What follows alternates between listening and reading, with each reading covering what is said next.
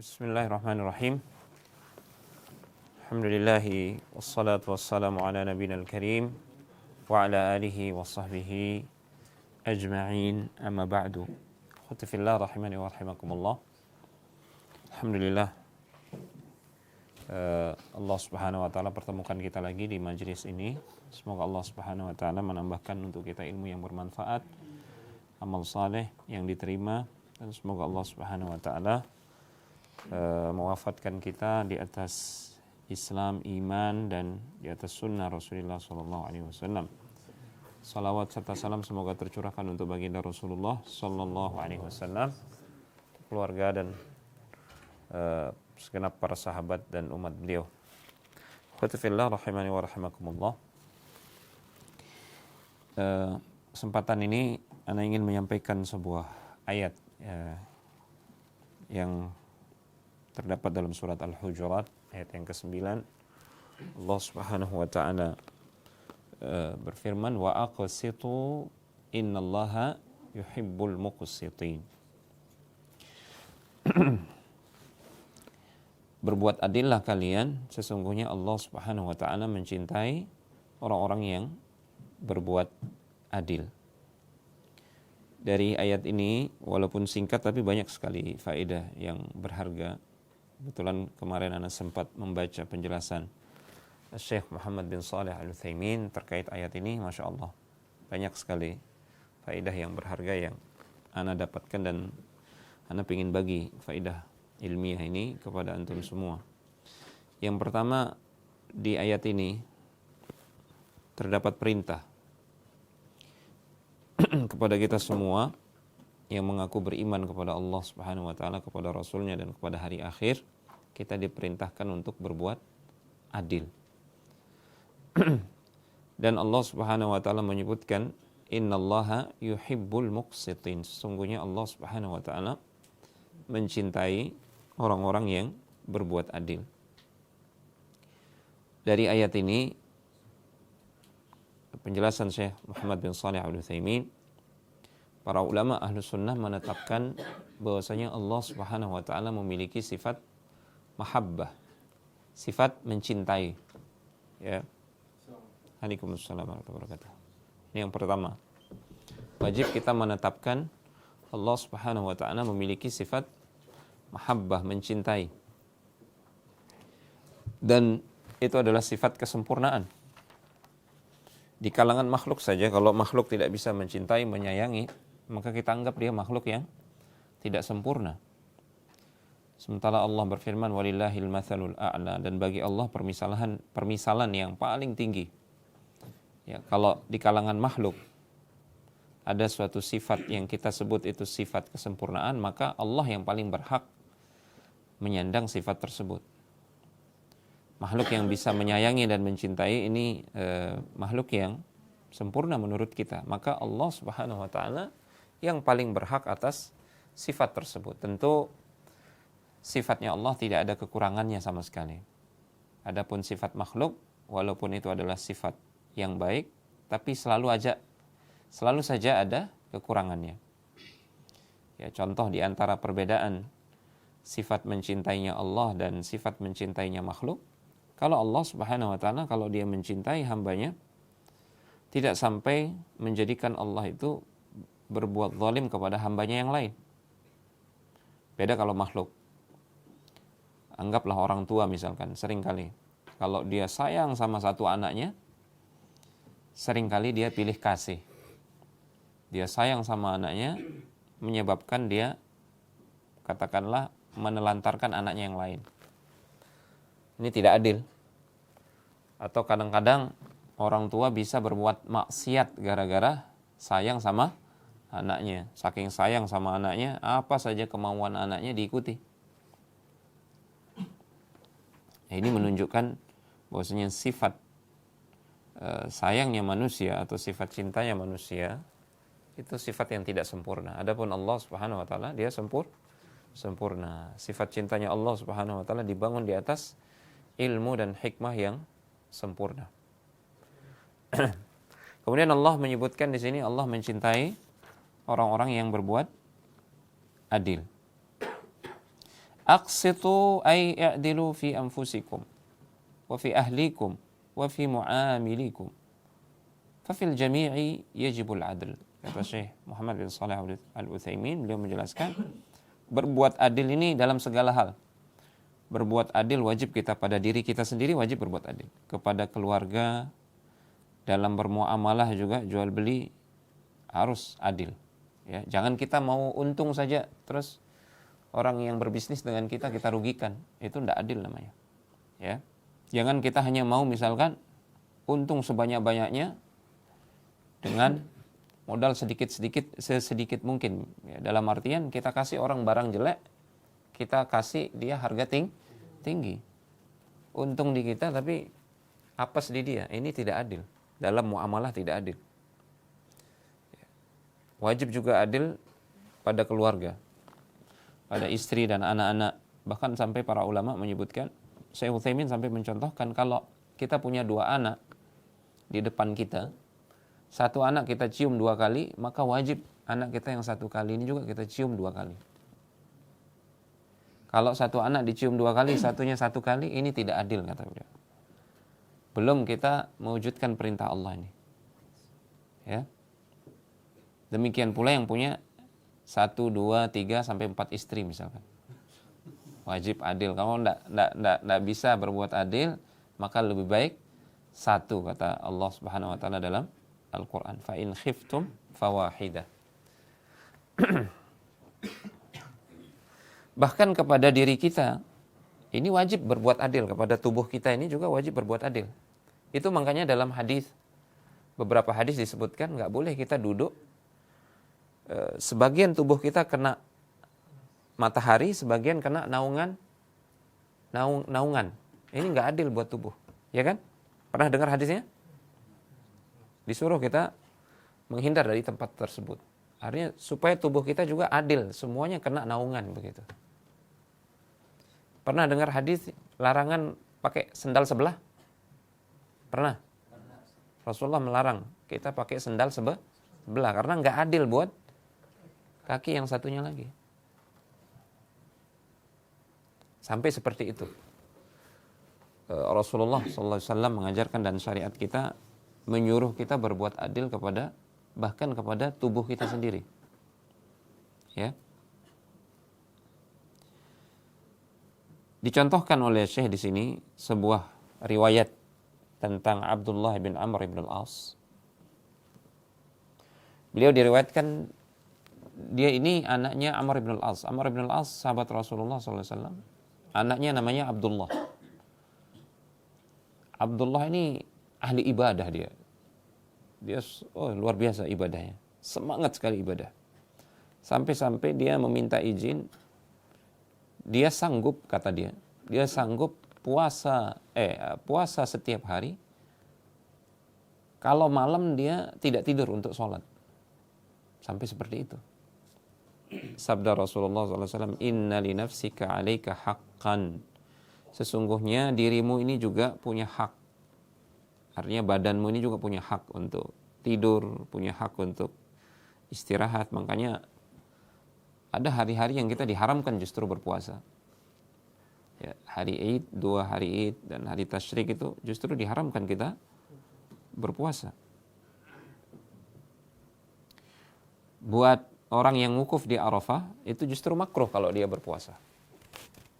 Ya, karena mereka hari itu butuh tenaga, butuh energi untuk melakukan ibadah yang besar, yaitu wukuf di Arafah. Itu kalau antum ke Arafah itu luar biasa.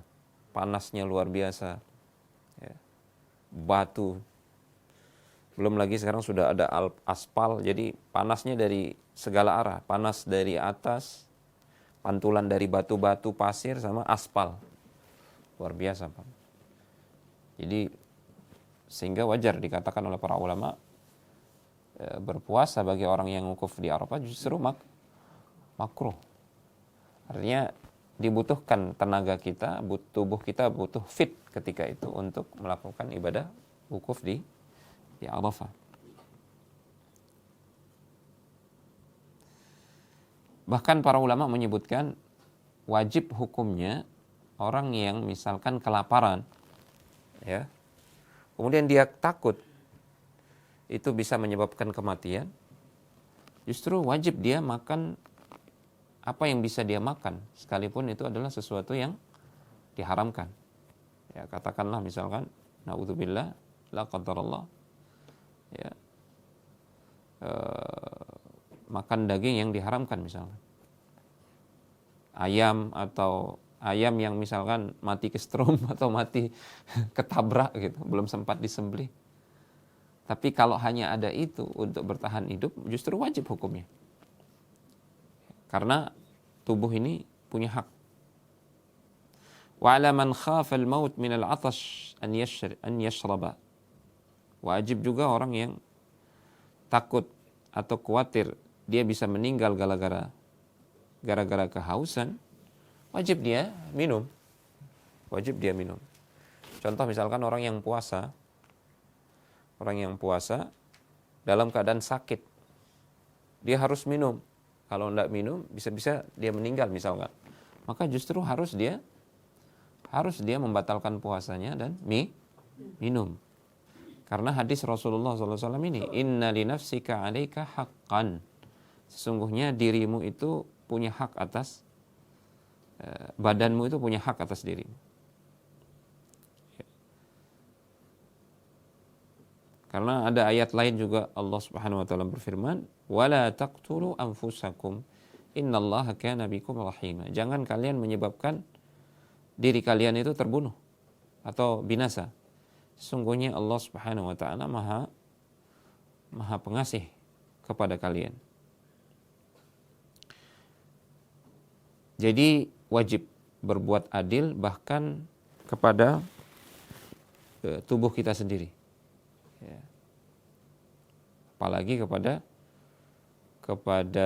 keluarga kita, kepada anak istri kita, termasuk kepada harta juga wajib berbuat adil. Makanya para ulama mengharamkan, dalam syariat kita tidak dibolehkan, ya, orang yang ketika dia tahu dia yakin dirinya bakal meninggal karena dia sakit, dia yakin dirinya bakal meninggal, kemudian di situ dia talak istrinya, ya, nggak boleh, karena indikasinya kuat dia mau menghalangi istrinya mendapatkan warisan.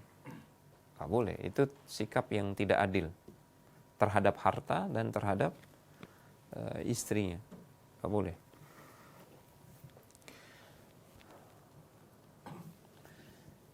وبهذا نعرف خطأ من يتبرأ بشيء من أعضائه لأحد من الناس. Itu sebabnya juga para ulama tidak membolehkan donor organ. Orang yang mendonorkan ginjalnya misalkan, nggak boleh kata para ulama. Kenapa? Karena itu tidak adil kepada tubuh kita, memudaratkan tubuh. Ya. Bagaimana kalau tujuannya untuk misalkan menyelamatkan orang lain? Pertama, ketika seseorang mendonorkan salah satu ginjalnya untuk menyelamatkan orang lain, belum tentu orang lain itu selamat. Karena boleh jadi ginjalnya tidak cocok apa segala macam. Sementara dia ketika diambil ginjalnya sudah pasti kesehatannya akan berkurang. Jadi tidak boleh kita meninggalkan sesuatu yang pasti untuk meraih sesuatu yang belum pastinya tidak boleh.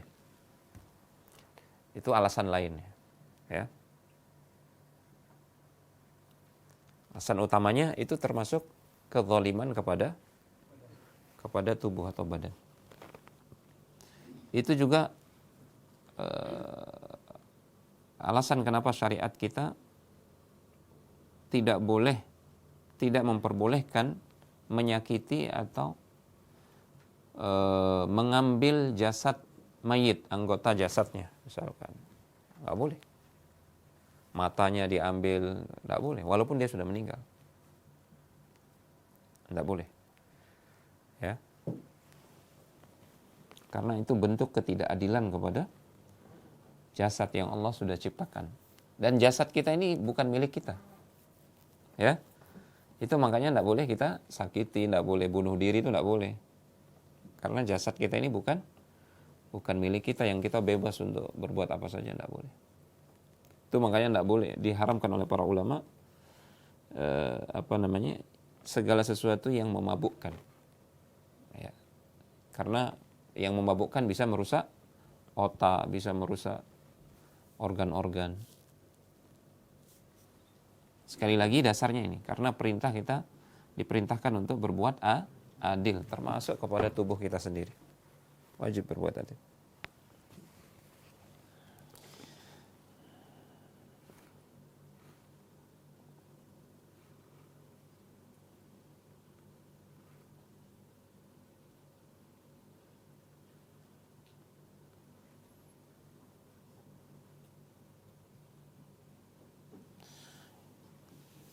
Syekh Muhammad bin Shalih Al-Utsaimin mengatakan ketika beliau berfatwa tidak boleh mendonor salah satu ginjal, beliau mengatakan anna hatainil kulliyataini tata'awanani. Dua ginjal yang Allah berikan kepada kita ini dia bekerja sama gitu. Wa annahu idzan faradat ihdahuma thaqula al-himlu 'alaiha. Kalau satu hilang maka beban itu akan ditumpuk kepada ginjalnya yang satu lagi. Ini termasuk kezaliman kepada organ tubuh. Tidak adil. Wa shara hadza aqraba ila ta'abiha wa fasadiha. Dan kalau sudah seperti itu justru ginjal yang satu lagi akan semakin cepat rusak. Semakin cepat rusak. Bagaimana dong kalau dia punya anggota keluarga butuh ginjal? Ya itu sudah takdir Allah Subhanahu wa taala. Dia kena penyakit itu takdir Allah Subhanahu wa taala. Besar pahala dia kalau bersabar. Tapi tetap berusaha dengan pengobatan yang lain misalkan. Dengan cuci darah mungkin. Tapi jangan sampai ngambil ginjal orang. Ya. Toh kalaupun orang yang dapat donor ginjal itu bisa bertahan, berapa lama sih bertahan? Anggap bisa bertahan 2-3 tahun. Orang yang diambil ginjalnya ini, kesehatannya akan semakin menurun. Dua-duanya bakal mati juga. Bahkan dua-duanya bisa lebih cepat mati. Gitu. Yang diambil ginjalnya ini bisa lebih cepat mati. Gitu. Jadi tidak ada jaminan.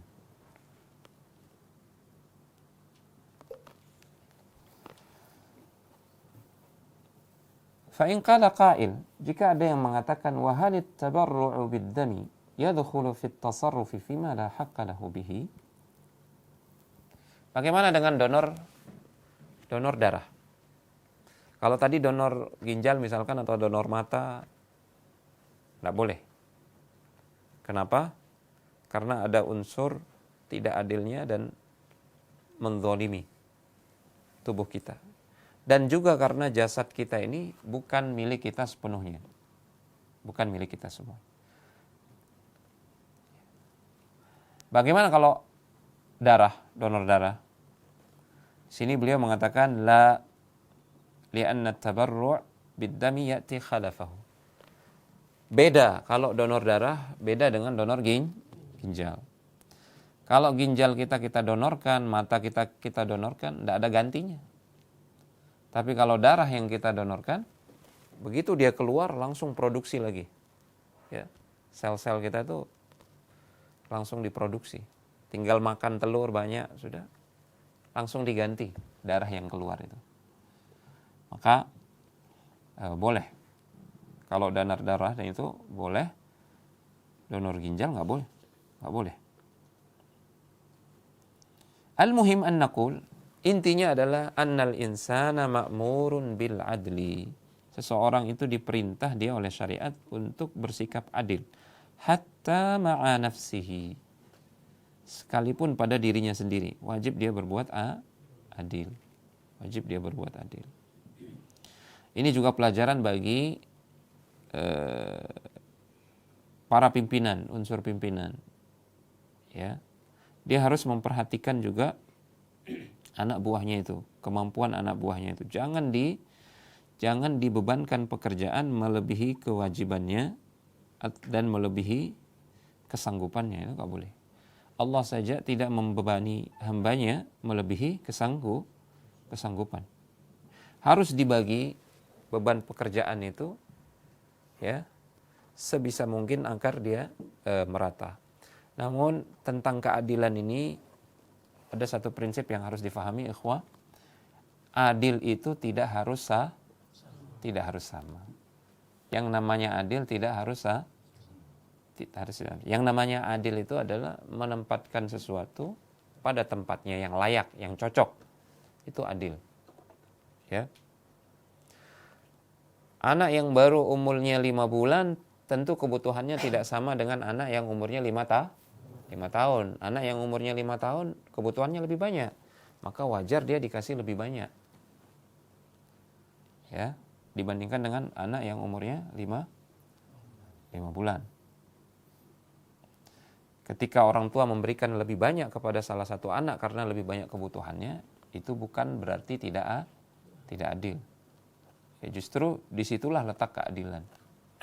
Ketika perempuan dapat jatah waris setengah laki-laki, laki dapat 2, perempuan dapat 1, apakah itu tidak adil? Tidak, justru itu yang adil. Kenapa? Karena tanggung jawab laki-laki lebih besar daripada yang perempuan, dan yang laki-laki ini wajib juga untuk menyantuni dan menafkahi yang perempuan, misalkan. Seperti itu. Ini yang namanya adil tidak harus sama. Harus juga difahami dalam dunia bisnis, dalam dunia muamalah, ya.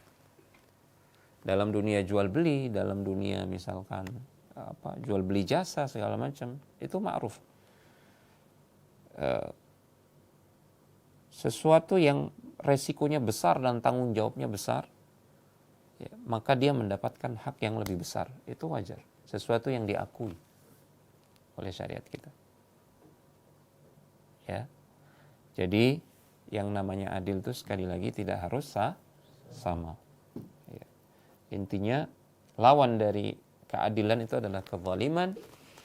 Sekecil apapun kezaliman yang menimpa seseorang, jangan khawatir. Ya, kalau tidak di dunia pasti akan dibalas oleh Allah di akhirat. Dan bagi yang bersabar, dia akan dapatkan ganti yang berlipat ganda. Innama yuwaffas sabiruna ajrahum bighairi hisab. Ya. Dan bagi yang berbuat zalim dan berbuat tidak adil, ya, kepada siapa saja, kepada dirinya, kepada keluarganya, kepada anak-anaknya, kepada bawahannya, ini hati-hati. Sekecil apapun itu pasti Allah akan tuntut gitu. Apalagi kalau yang dizalimi itu sampai berdoa. Na'udzubillah. Kita berlindung kepada Allah Subhanahu wa taala dari doa orang-orang yang terzalimi. Taib. Mungkin hanya ini, ikhwati fillah. Terus terang sebenarnya kita akan membahas tema yang terkait dengan fikih, cuman karena mendadak jadi ana ambil kitab yang ada tadi ini, syarah aqidah Ahlussunnah wal Jamaah, pembahasan tentang ayat yang tadi, wa aqsitu innallaha yuhibbul muqsitin. Insyaallah kita ketemu lagi pada pertemuan berikutnya. Semoga Allah Subhanahu wa taala meridhai dan memberikan tambahan ilmu yang bermanfaat untuk kita semua. Hadza wa sallallahu ala nabiyina Muhammad wa ala alihi wa sahbihi wasallam wa akhiru da'wana alhamdulillahi rabbil alamin. Assalamualaikum warahmatullahi wabarakatuh.